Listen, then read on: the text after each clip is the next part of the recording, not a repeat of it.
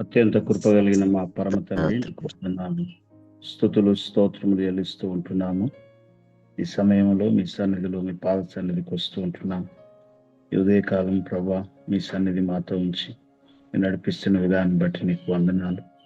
ఓ తండ్రి మీ దాసుని మీ చేతులకి అప్పగిస్తున్నాం.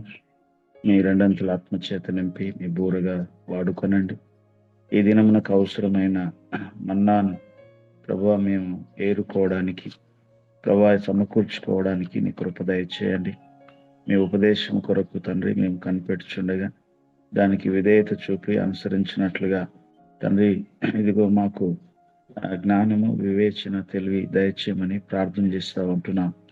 తండ్రి ఇదిగో నీకు వందనాలు స్తోత్రం చెల్లిస్తున్నాం. మీ వాక్యము వెల్లడగినప్పుడు మాకు వెలుగు కలుగుతుంది అన్న మాట తండ్రి మా జీవితాల్లో నెరవేర్చమని ప్రార్థన చేస్తూ ఉంటున్నాం. మనుషుడు రొట్టె వలన కాదు, మీ నోటి నుండి వచ్చే ప్రతి మాట వలన జీవించడానికి మీరు సెలవిచ్చిన మాటను జ్ఞాపకం చేసుకుంటూ ప్రభా మీరు మమ్మలను ప్రేమించి ఇచ్చిన ఈ దినమును బట్టి మరొకసారి మిమ్మల్ని స్తుతిస్తున్నాం. మా పరమ తండ్రి ప్రభా ఈ దినములో మేము మీ మాట ద్వారా జీవించినట్లుగా నీ కృప దయచేయండి, సహాయం చేయమని ప్రార్థన చేస్తూ ఉంటున్నాం.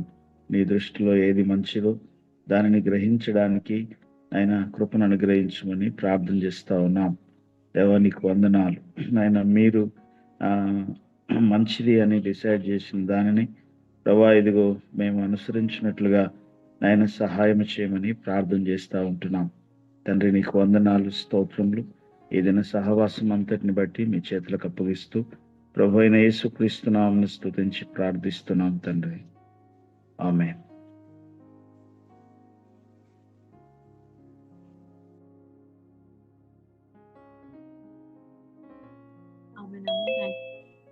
మరొకరు ఈరోజు చెప్పబోయే వాక్యం కొరకు క్లుప్తంగా ప్రార్థించాల్సిందిగా కోరుచున్నాం.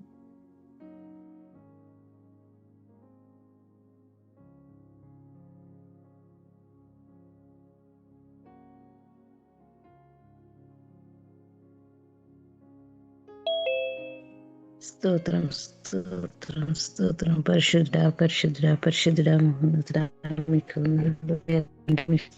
స్తోత్రం స్తోత్రం.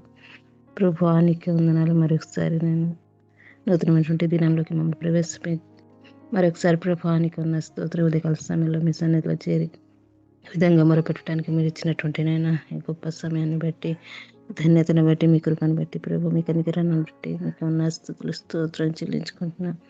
ప్రభాను ఉత్తరమైనటువంటి నైనా ప్రభానికి ఉన్న నెలలోకి మమ్మల్ని ప్రవేశపెట్టి గడిచిన ప్రభా నెలంతయు మీ కృప మీ కాపుదలు మీరు భద్రపరిచింది మీకు స్తుతులు స్తోత్రాలు.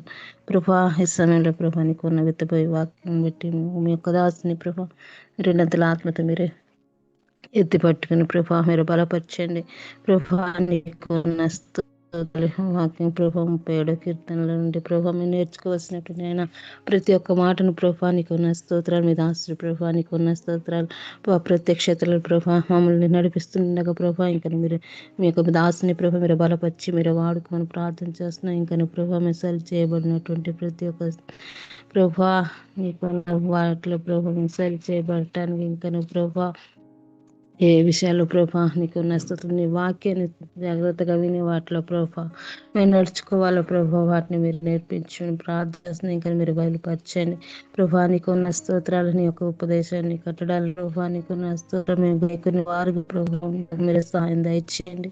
ప్రభా నీకున్న స్తోత్రాలు ప్రభా మీరు దీవించండి. వినబోయే ప్రతి ఒక్క ప్రభావితంలో పాల్గొన్న ప్రతి బిడ్డని ప్రభా మీరు జ్ఞాపకం చేసుకోండి. ప్రతి ఒక్కరిని ప్రభా మీరు దర్శించండి. ప్రతి ఒక్కరితో మీరు మాట్లాడండి. ఈ దినం ప్రభా నీకున్న స్తోత్రాలు మేము నాతో ప్రభా మమ్మల్ని మీరు తృప్తిపరిచి ప్రభా నీకున్నది ప్రభా మేము నడవలసినటువంటి మా యొక్క ఛాలెంజెస్ లో ప్రభా రోషం నడవగల కృప మీరు దయచేసి ప్రభా మరొకసారి ప్రభా నీకున్న స్తోత్రం మమ్మల్ని అందరినీ ప్రభా నీకు మీ హస్తాలు పెట్టుకుని మీ దాసుని మరొకసారి ప్రభు మీ హస్తాలు పెట్టుకుని మీరు మాట్లాడండి.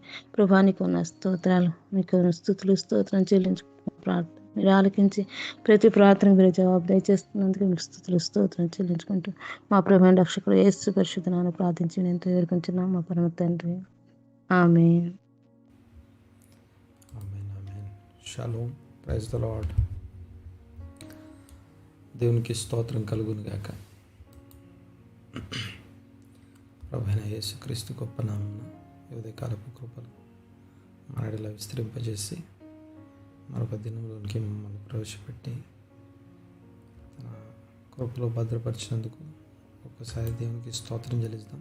అందరం గొంతెత్తి నోరు తెరిచి ప్రార్థన చేద్దాం. మా పరమ తండ్రి, మా దేవ, వందనాలు వందనాలు స్తుతులు స్తోత్రం నాయన. కృపగల దేవ, కనికరం కలిగిన తండ్రి, మీ ఘనకార్యాలు, మహత్కార్యాలు, సూచక్రియలు, అద్భుతాలన్నింటిని బట్టి వందనాలు చెల్లిస్తున్నాం. ఉదయకాలం నన్ను మమ్మల్ని జ్ఞాపకం చేసుకున్న మీ యొక్క కృపను బట్టి కృతజ్ఞతలు, స్తుతులు, స్తోత్రం. వందనాలు వందనాలు స్తుతులు స్తోత్రం నాయన. ఈరోజు ప్రత్యేకంగా మీ యొక్క సన్నిధిని బట్టి మీకు వందనాలు. స్తోత్రం స్తోత్రం స్తోత్రం నాయన. మా పక్షంగా మీరు కలిగి ఉన్న ప్రణాళిక, చిత్తమును బట్టి కృతజ్ఞతలు, స్తుతులు, స్తోత్రం చెల్లిస్తున్నాం. ఈ దినపు కృప, ఈ దినపు కాపుదల, భద్రత మాకు దయచేయండి.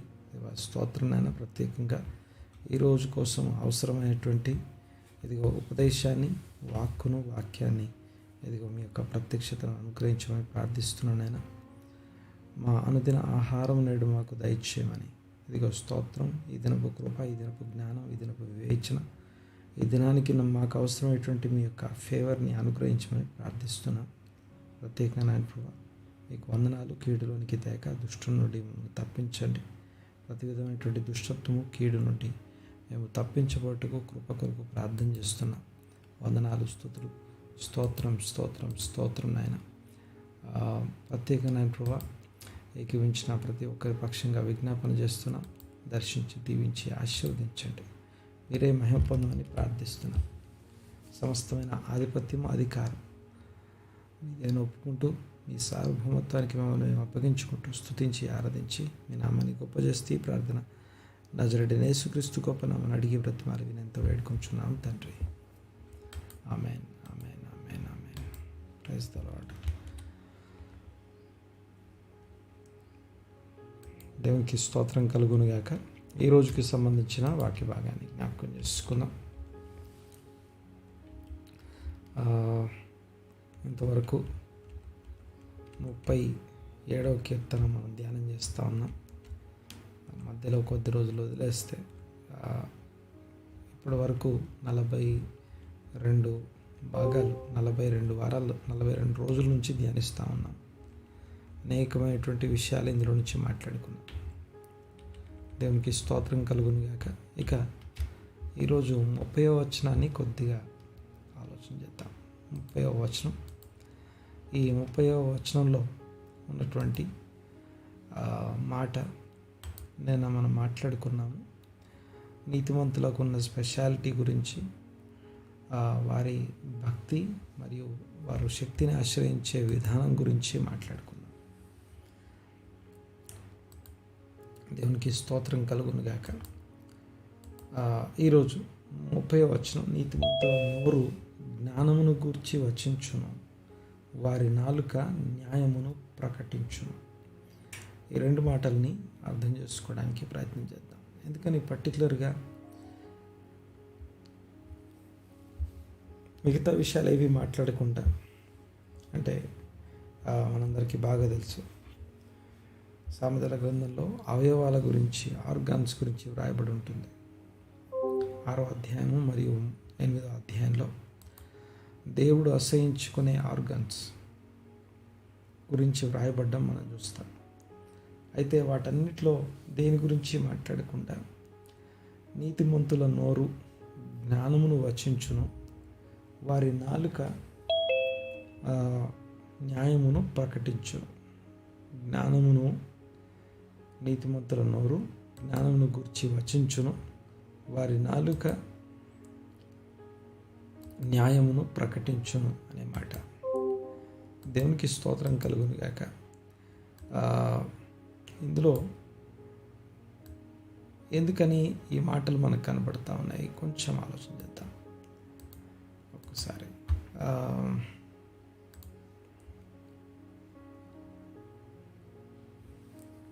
పే జాదిక్ అనే మాటతో ఈ వచనం ప్రారంభమవుతుంది. పే జాదిక్, పే జాదిక్. పే అంటే నోరు, మౌత్ అని అర్థం. ఈ పే అనే పదము నాలుకకి పెదాలకి సంబంధం లేకుండా పే అనే మాట భాష లేకపోతే మాటలు అని అర్థం. అంటే నాలుక గురించో పెదవుల గురించో మాట్లాడట్లేదు. హోషేయ గ్రంథంలో మా పెదవులను అర్పిస్తాము అనే మాట చూస్తాం. ఇంకా నాలుక గురించి మనం చెప్పాల్సిన అవసరం లేదు. కానీ ఇది పర్టికులర్గా పే సాదిక్ అంటే నీతిమంతుని మాటలు అని అర్థం. యహ్గే హోక్మా అనే మాటకి జ్ఞానము అని అర్థం. ఈ యొక్క మాటని కొంచెం అర్థం చేసుకోవడానికి ప్రయత్నం చేద్దాం. ఇందులో పే జాదిక్ అంటే నీతిమంతుడు లేకపోతే రైచస్ లేకపోతే యథార్థవంతుడు లేదా నీతిమంతుడు అని అర్థం. మౌత్ ఆఫ్ ద రైచస్ అని అర్థం. Focuses on speech as a reflection of character. హృదయం నిండిన దాన్ని బట్టి నోరు మాట్లాడుతుంది అని అర్థం. ఈ మాట మనకు తెలుసు. హృదయము నిండిన దాన్ని బట్టి నోరు మాట్లాడుతుంది. అయితే నీతిమంతుని యొక్క నోరు, నీతిమంతుని యొక్క స్పీచ్, మాటలు జ్ఞానమును వచిస్తాయి. అంటే వారి హృదయం ఎప్పుడు కూడా జ్ఞానం చేత నింపబడుతూ ఉంటుంది. హోక్మా జ్ఞానము. ఈ జ్ఞానము అంతేకాకుండా ప్రతి విధమైనటువంటి ఆ యొక్క ఏమంటామంటే డిసెప్షన్, మోసము, లేకపోతే కుట్రలు, కుతంత్రాలు, లేకపోతే కపటము, కల్పితము చేత హృదయాన్ని నింపుకోరు. కానీ నీతిమంతుని యొక్క నోరు జ్ఞానం వచిస్తుంది అనే మాటకి అర్థం ఏంటంటే అది అవుట్కమ్, బయటకు వచ్చేది. రిజల్ట్ ఏదన్నా వచ్చింది అంటే ఆ రిజల్ట్ కంటే ముందే దేవునికి స్తోత్రం కలుగునుగాక. రిజల్ట్ కంటే ముందు ఇన్పుట్, ఇంటేక్, లోపలికి మనం ఏం తీసుకుంటున్నాం అనేది ప్రధానమైనటువంటి విషయం. లోపలికి తీసుకునే దాన్ని బట్టే బయటకు వచ్చేది ఆధారపడి ఉంటుంది. దేవునికి స్తోత్రం కలుగునుగాక. ఇక్కడ మౌత్ ఆఫ్ ద రైచస్, నీతిమంతుని నోరు,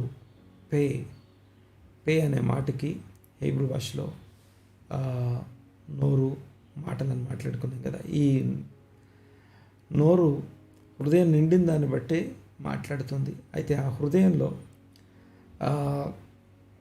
యాక్చువల్గా మనందరికీ బాగా తెలిసిన ఇంకొక వచనాన్ని ఇక్కడ జ్ఞాపకం చేస్తాం. హృదయము వ్యాధి గలది, అది మోసం అనగా అన్ని రకాల మోసము, లేకపోతే ఇవన్నీ కపటము, కుటిలత్వం, ఇవన్నీ కూడా హృదయంలో ఉంటాయని చెప్పి మాట్లాడుకున్నాం. ఇర్మియా గ్రంథంలో రాయబడిన మాట. ఎవరి హృదయ రోగాన్ని వారు గ్రహించలేనంత రోగం కలిగినటువంటి వ్యాధిగ్రస్తమైనటువంటి ఆర్గాన్, అవయవంగా చూస్తాం. డిసెప్టివ్ ఆర్గాన్ లేకపోతే మోసకరమైంది అనే మాట చూస్తాం. ఈ వర్డ్ ఏదైతే మోసకరమైంది అనే వర్డ్ ఆదికాండం 3వ అధ్యాయంలో సర్పం గురించి వాడబడిన పదంతో సమానమైనటువంటి పదం. అంటే సర్పము యుక్తి గలది అని రాస్తుంది అక్కడ. ఇక్కడ హృదయం కూడా యుక్తి గలది కాదు కానీ మోసపూరితమైనది. రెండు కూడా ఒకే పదాలు. ఒక కుటిలమైన, కపటమైనటువంటి ఉద్దేశం ఇవన్నీ కలిగి ఉంటాయి. అంటే ఒక మనిషిని మోసం చేసేది ఎవరు అంటే, ఒక మనిషిని మోసం చేసేది హృదయమే మోసం చేస్తుంది.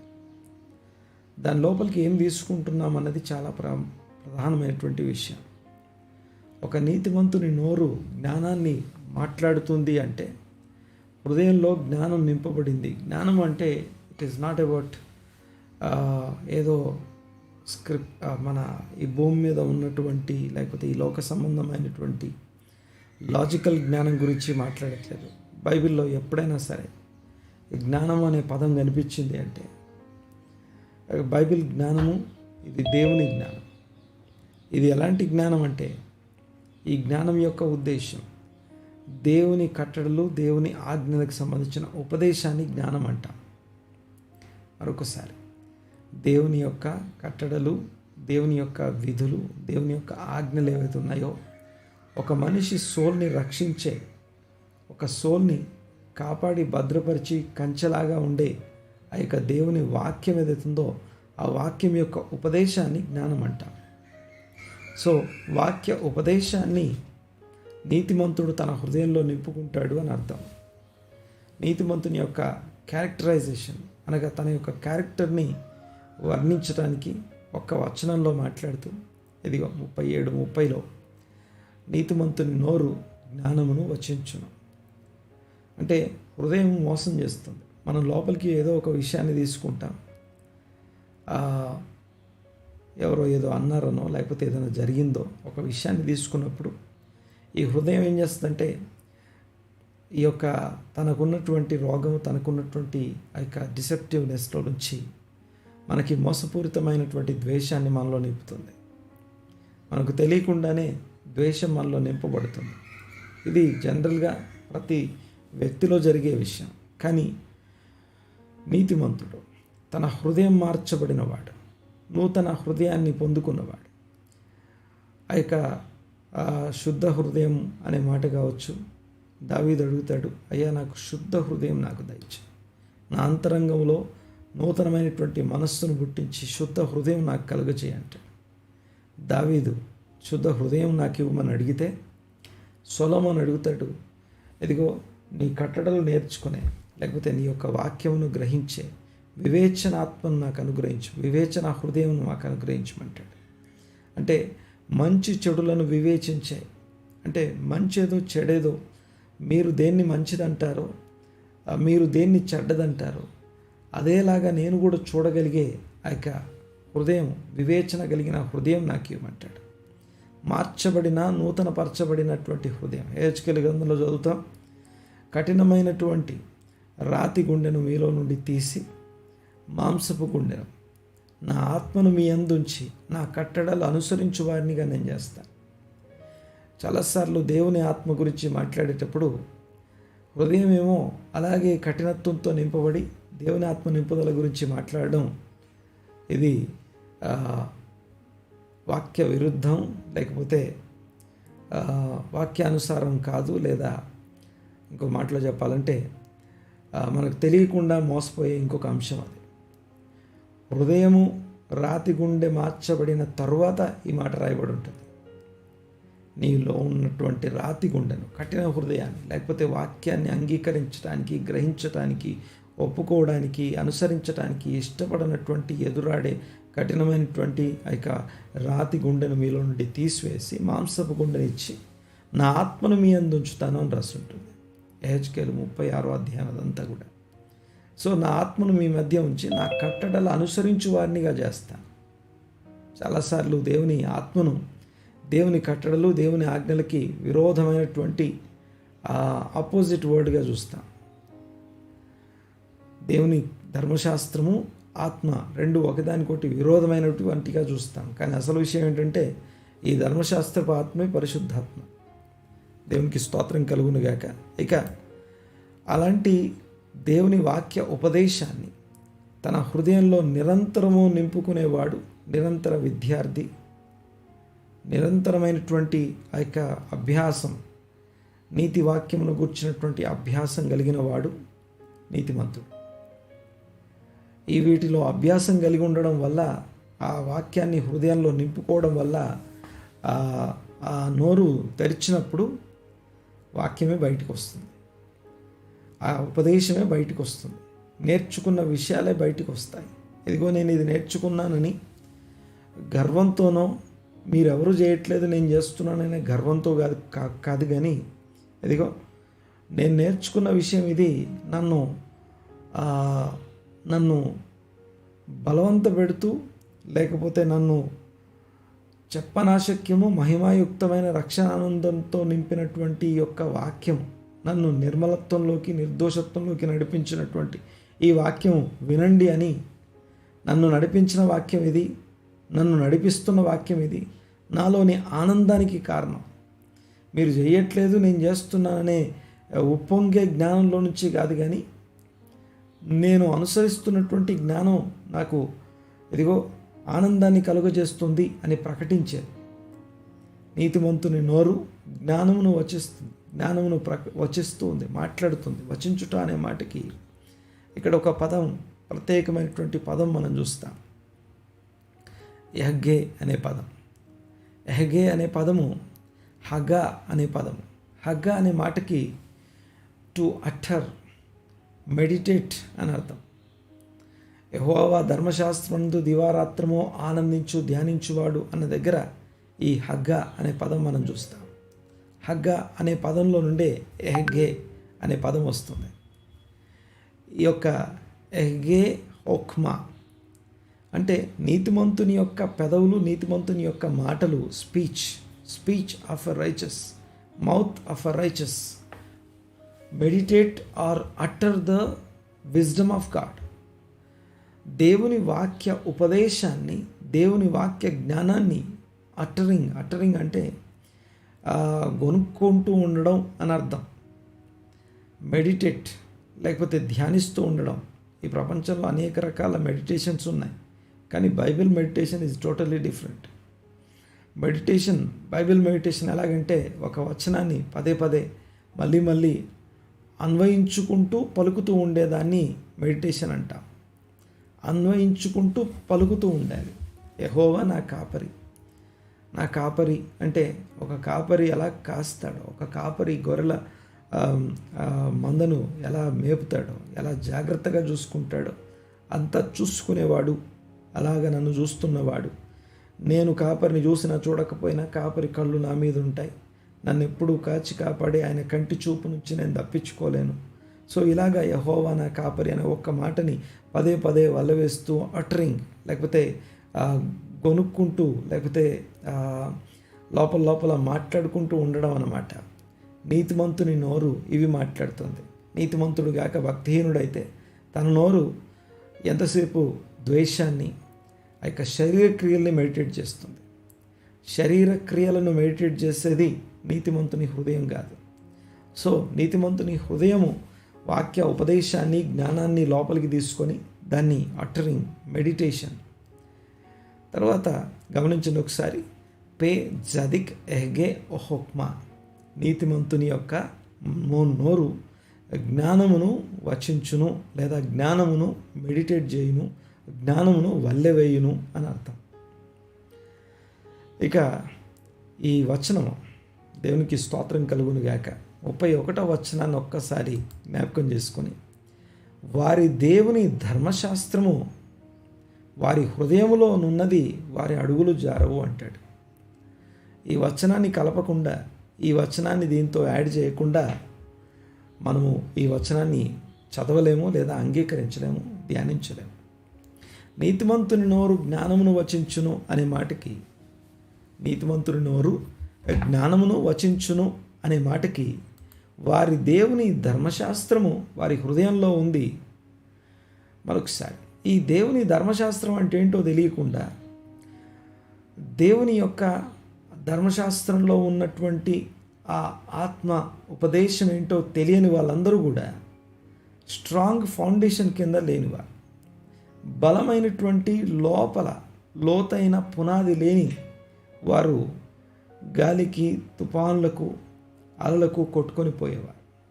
దేవునికి స్తోత్రం కలుగునుగాక. ఈ మాటని సరిగా అర్థం చేసుకోవడానికి ప్రయత్నం చేద్దాం. వారి హృదయములలో దేవుని ధర్మశాస్త్రం ఉందట. అంటే 31వ వచనం యొక్క రెఫరెన్స్లో నుంచి ఈ యొక్క ధర్మశాస్త్రం హృదయంలో ఉంది, దాని జ్ఞానం నోటి ద్వారా వల్లవేయబడుతుంది అనేది ఈ యొక్క వచనం, ఈ మొదటి భాగం యొక్క ఉద్దేశం. నీతిమంతుని నోరు జ్ఞానమును వచించును లేదా వల్లవేయును, లేదా పదే ఆ విషయాన్ని ధ్యానిస్తూ ఉంటుంది అని అర్థం. దేవునికి స్తోత్రం కలుగును గాక. తను ఈ యొక్క హ్యాబిచువల్ అనగా దీన్ని అలవాటుగా కలిగి ఉంటాడు. జ్ఞానం వచించుట అనే పదం ఇదేదో అప్పటికప్పుడు అందరి కోసం, అందరి ముందు చేసేది కాదు. జనరల్గా ఒక స్టేట్మెంట్ వాడుతూ ఉంటాం, ఆల్ పబ్లిక్ ప్రేయర్స్, అందరి ముందు అందరిలో చేసే ప్రార్థనలు మ్యాక్సిమం దేవునికి కాదు మనుషులకి అని. సో అదొక జస్ట్ ఒక స్టేట్మెంట్ మాత్రమే. అంటే అందరి ముందు మనం చేసే నోరు తెరిచి ప్రార్థన చేస్తున్నాము అంటే ఆ ప్రేయర్ మొదట దాని యొక్క ప్రైమరీ ఉద్దేశం అందరి కోసం, నేను నా దేవుని ఎదుట ఇలా ఉన్నాను చూడండి, నా దేవునితో ఇలా మాట్లాడుకుంటాను చూడండి అని చూపించడం, చెప్పడం అన్నమాట. అయితే ఈ జ్ఞానం ఉపదేశించుట లేకపోతే జ్ఞానమును వచించుట అనే మాట అందరి ముందు అందరి కోసం చేసేది కాదు, ఇది వ్యక్తిగతం. అందుకనే అక్కడ పర్టికులర్గా ఈ హగ్గ అనే పదాన్ని మనం చూస్తాం. అనగా అందరి కోసం చేసేది కాదు, వ్యక్తిగతంగా నా కోసం నేను చేసుకుంటున్నాను, నా దేవుడు నాకు అవసరం, నా రక్షణలో నేను కొనసాగుట నా సొంత విషయం.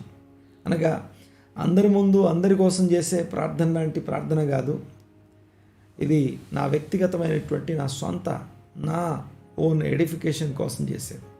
ఇకపోతే రెండవ భాగాన్ని ఇందులో మనం చూస్తాం. నీతిమంతుని నోరు జ్ఞానమును వచించును, నీతిమంతుని నోరు జ్ఞానమును వచించును, వారి నాలుక న్యాయమును ప్రకటించును. ఇది పబ్లిక్ న్యాయమును ప్రకటిస్తూ ఉంది. చూడండి ఒకసారి,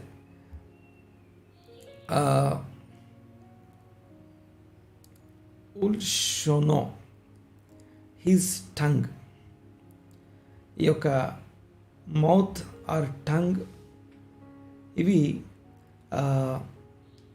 తే దబార్ మిష్పత్ ఆ మాటకి ఇక్కడ గమనించండి. దబార్ అనే మాటకి స్పీక్ మాటలు, లేకపోతే వాక్యాన్ని కూడా దబార్ అనే పదంతో మనం చూస్తాం.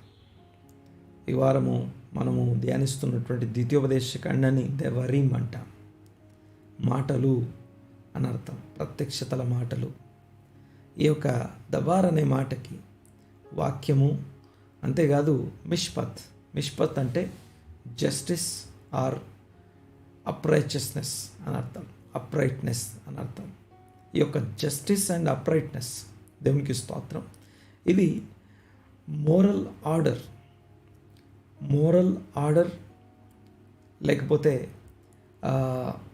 28వ వచనాన్ని కోట్ చేస్తూ 28వ వచనాన్ని మనకి కనెక్ట్ చేస్తూ ఈ వచనం మాట్లాడుతూ ఉంది. ఈ మాట మనకు వినపడుతూ ఉంది. ఎలా అనగా యెహోవా న్యాయమును ప్రేమించువాడు. మొదటి భాగం ఒక విషయాన్ని రెఫర్ చేస్తుంది, రెండో భాగం ఇంకో విషయాన్ని రెఫర్ చేస్తుంది.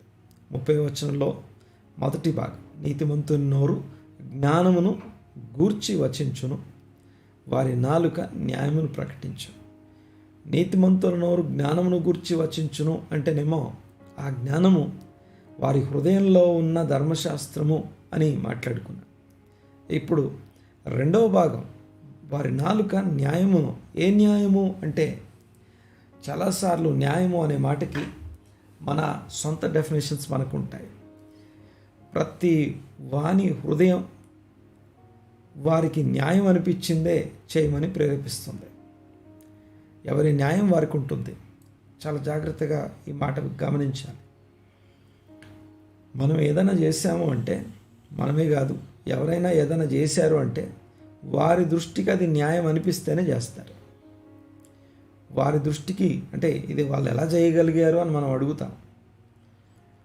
ఇది వాళ్ళు ఈ పని ఎలా చేయగలిగారు అని మనం ఏదైతే ప్రశ్నిస్తున్నామో, ఎలా చేయగలిగారు అనేటప్పుడు వారు చేయడానికి కారణం వారి దృష్టికి అది న్యాయంగా అనిపించింది. అయితే నీతిమంతుని యొక్క నాలుక మాత్రం ఏ న్యాయం అంటే వాళ్ళకి అనిపించిన న్యాయం. ఇదిగో ఇది కరెక్ట్, ఇది తప్పు, ఇది మంచిది, ఇది చెడ్డది అని చెప్పి ఒక న్యాయపు తీర్పును మనమే తీరుస్తాం. ఆ అవ్వకి ఈ పండు, ఈ ఫ్రూట్ ఆహారంకు మంచిది అనిపించిందట. దేవుడేమో అది మంచిది కాదు, మీకు చనిపోతారు అని చెప్తే ఆహారంకు మంచిది అని తనకు అనిపించింది. దానికి కారణం హృదయంలో ఏం నిండిందో అది తన యొక్క న్యాయాన్ని మారుస్తుంది. బాగా గమనించాలి ఈ మాటని. నోరు జ్ఞానము, హృదయంలో జ్ఞానం నింపబడితే, హృదయంలో వాక్యం ఉంటే నోరు జ్ఞానాన్ని వచిస్తుంది, ఆ జ్ఞానం గూర్చి వచిస్తుంది. అయితే ఈ లోపల ఉన్నటువంటి జ్ఞానమే మన న్యాయాన్ని కూడా మార్చేస్తుంది. అంటే మన జడ్జిమెంట్ని మారుస్తుంది, ప్రభావితం చేస్తుంది. హృదయం నిండింది నోరు మాట్లాడడం మాత్రమే కాదు, హృదయంలో నిండింది మన యొక్క జడ్జిమెంట్ని, జస్టిఫికేషన్ అంటాం దాన్ని. ఎవ్రీ పర్సన్, ప్రతి ఒక్కరూ వారు చేసే పనిని జస్టిఫై చేసుకుంటారు.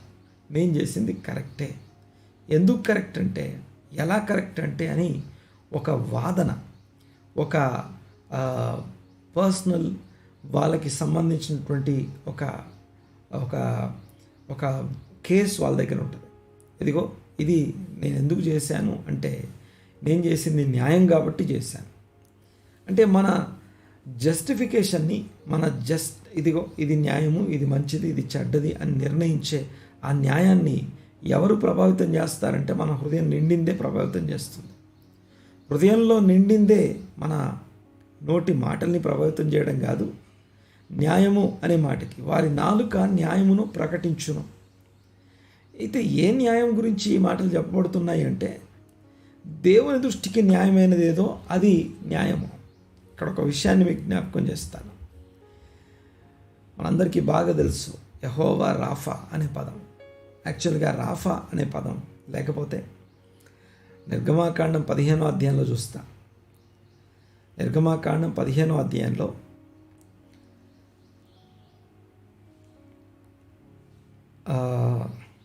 స్వస్థపరచు యెహోవాను నేనే అనే మాట చూడడం కంటే ముందు కండిషన్ ఏంటి? ఆ కండిషన్ అంటే, ఆయన దృష్టికి న్యాయమైనది ఏదో అది చేయండి, అప్పుడు ఆ స్వస్థత అనుభవిస్తారని రాసి ఉంటుంది. ఆయన దృష్టికి న్యాయమైనది ఏదో, ఆయనకి ఏది ఇష్టమో దాన్ని చేయండి. అంటే నాకు నచ్చింది నేను చేయడం కాదు, కానీ చాలాసార్లు దేవుని వాక్యమును పౌలు ఒక మాట అంటాడు, క్రీస్తు మర్మము నాకు ఎలా ప్రకటించబడిందో, నాకు ఎలాగా రివీల్ చేయబడిందో అదే పద్ధతిలో ఉన్నది ఉన్నట్టుగా ప్రకటించడం కోసం అనుకూల సమయము, ఓపెన్ డోర్ కోసం నా కోసం ప్రార్థన చేయండి అంటాడు.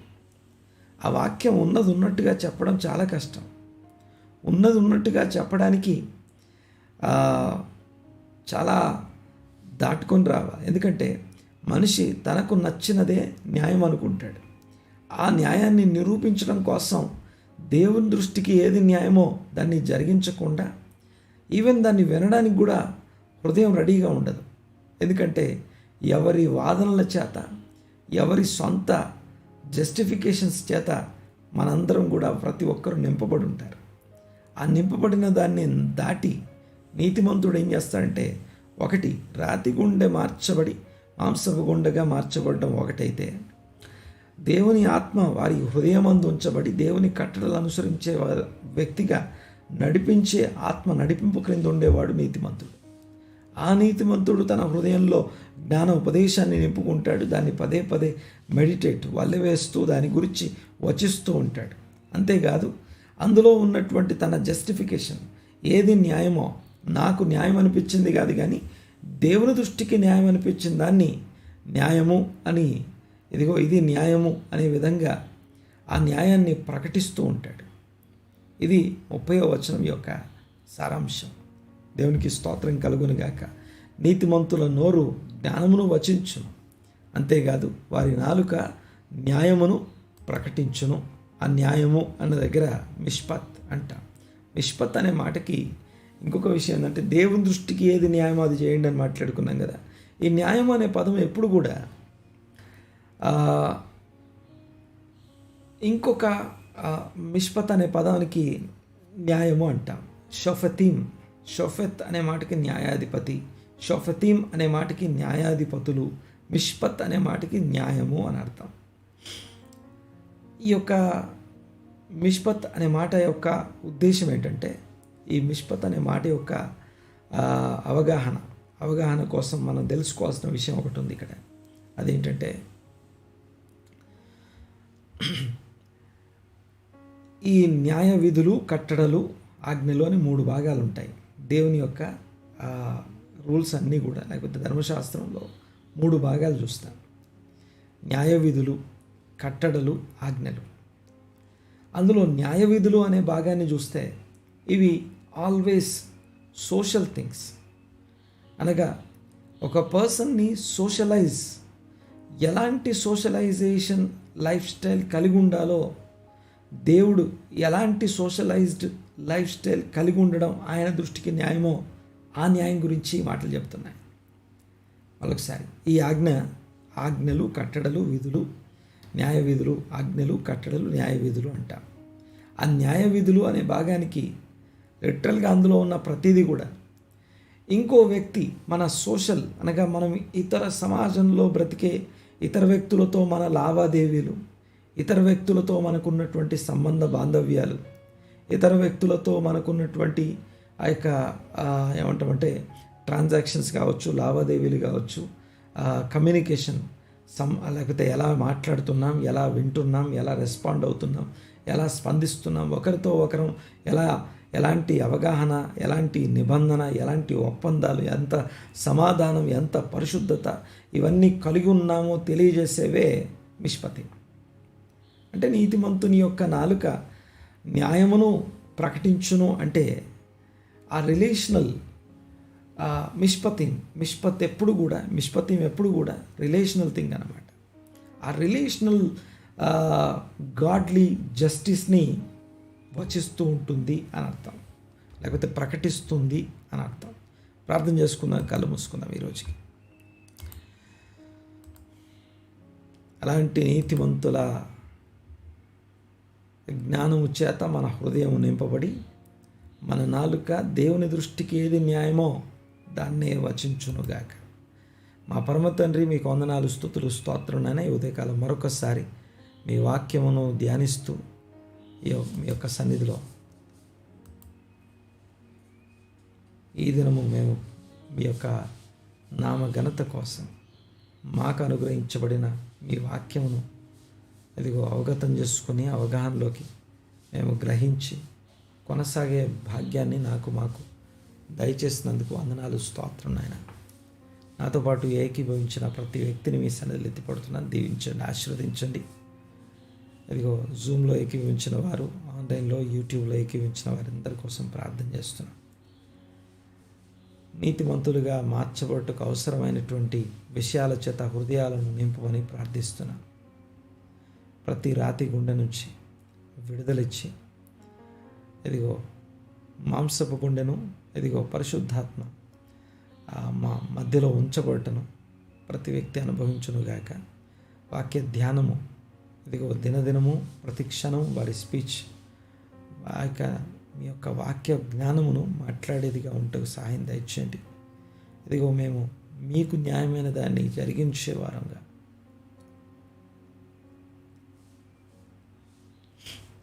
ఉండుటకు కృప దయచేయమని ప్రార్థన చేస్తూ నజరేయుడైన యేసుక్రీస్తు నామమున ఏకీవించిన వారందరినీ దీవించి ఆశీర్వదిస్తూ వారి ఈ దినపు ఛాలెంజెస్ అన్నింటిలో అత్యధికమైన విజయం దయచేయమని వేడుకుంటూ స్తుతించి ఆరాధించి ప్రార్థిస్తున్నాము తండ్రి. ఆమేన్, ఆమేన్, ఆమేన్. ఆశీర్వాదములు మా మీద పాట, ఆశీర్వాదంతో సెలవు తీసుకుందాం. ఆశీర్వాదంబుల్ మా మీద వర్షింపజేయుమీషా, ఆశతో నమ్మియున్నా నీ సత్య వాగ్దానము ఈ మీద కృమ్మరించుము దేవా, బ్రహ్మపుర ప్రేమ వర్ష కృమ్మరించు దేవా. ఆమేన్. మన తండ్రి అయిన దేవుని ప్రేమయు, మన రక్షకుడైన యేసుక్రీస్తు యొక్క కృపయు, పరిశుద్ధాత్మని సహవాసము ఎప్పుడు ఎల్లప్పుడూ కూడిన మనకును సకల పరిశుద్ధులకును నిత్యము తోడై నడిపించును గాక. ఆమేన్. ఆమేన్. అందరికీ షలోమ్ అండి. Praise the Lord. Praise the Lord. చాలా మంది నమస్కారం అన్న అందరికీ షాలోమ్ అందరికీ వందనాలు. పక్షుల శాలం అందరికీ. షాలోమ్ అందరికి. పాస్టర్ గారు అందరికి చాలా మంది.